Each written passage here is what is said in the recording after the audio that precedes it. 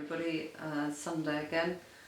Just going to more or less probably only spend this week and next week just talking about Charlotte and how glioblastoma affected her last few weeks of life. I'd just like to say my condolences. I had a message this morning from somebody who I've never met, but her mother's just passed away from glioblastoma. Apparently it went very quickly at the end, which I have to say I think was hopefully a relief, but my condolences to them. Yet another person who's passed from this awful brain tumour. I'd like to go back to the 5th of February, and this time I'm really going to try very hard not to cry. The 5th of February was Charlotte's last day ever at home, and we didn't know that. In the morning she'd become quite dehydrated and her swallowing wasn't good, so the community nurses came round and it was all quite horrible. They put a feeding tube into her and we were left with lots of equipment in the kitchen, and Charlotte intimated to me that she didn't want to go into hospital. When I said hospital, she shook her head no. I know that she was concerned that if she went in that she would never come out. In fact, she never did come out.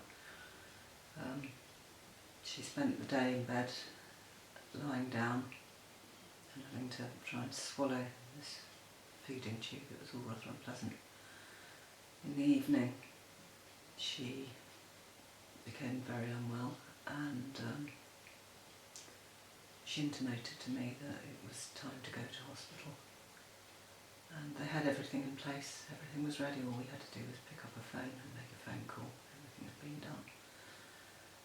There was do not resuscitate if anything went wrong. We were told they would not resuscitate her. And I remember the journey going up in the ambulance. I can still see her just lying there, and we got to the hospital. And they got her into bed, and she more or less went into a coma straight away. And at 2 o'clock that morning we were taken into a side room and were told that her breathing was only 4 breaths per minute, and it was very unlikely that she'd see the morning. She did, however, see the morning the next morning, and I said to her, would they need to give you some morphine? And she gave a tiny thumbs up that that was okay to do. And that was virtually the last communication that I ever had with Charlotte. And I said to Miles the next day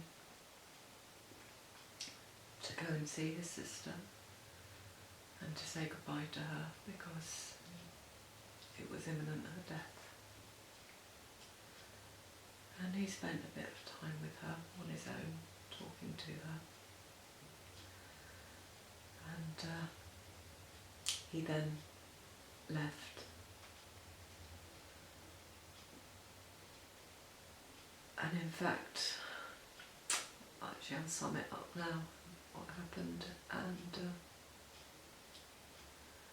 Charlotte managed to fight off a chest infection, because they said that she would die from that. She had a collapsed lung, which somehow, God only knows, managed to re-inflate, which was most unusual. On the Sunday, after she was admitted, 48 hours later, she opened her eyes for a split second, and I talked to her. And they always say people can hear you, but we will never know that, whether she could or she couldn't. She actually went into a coma from the 5th of February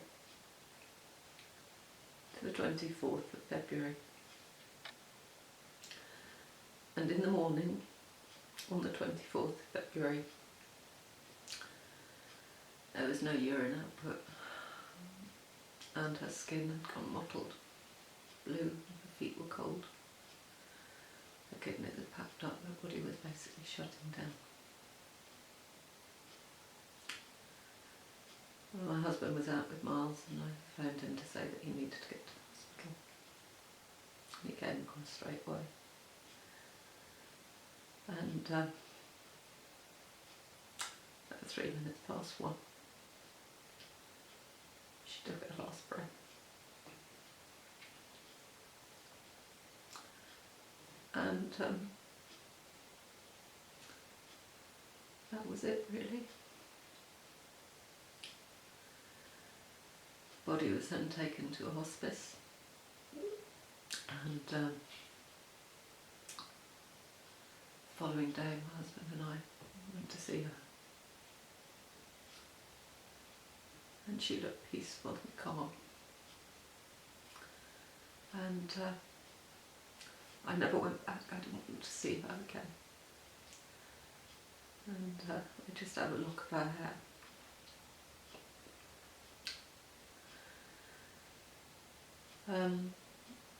I think probably the videos we may just do one every couple of weeks, maybe, something like that.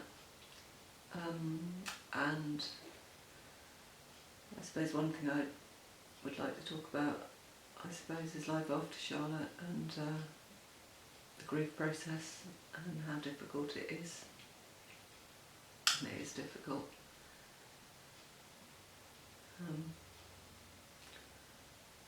Thank you for everybody that has followed this journey,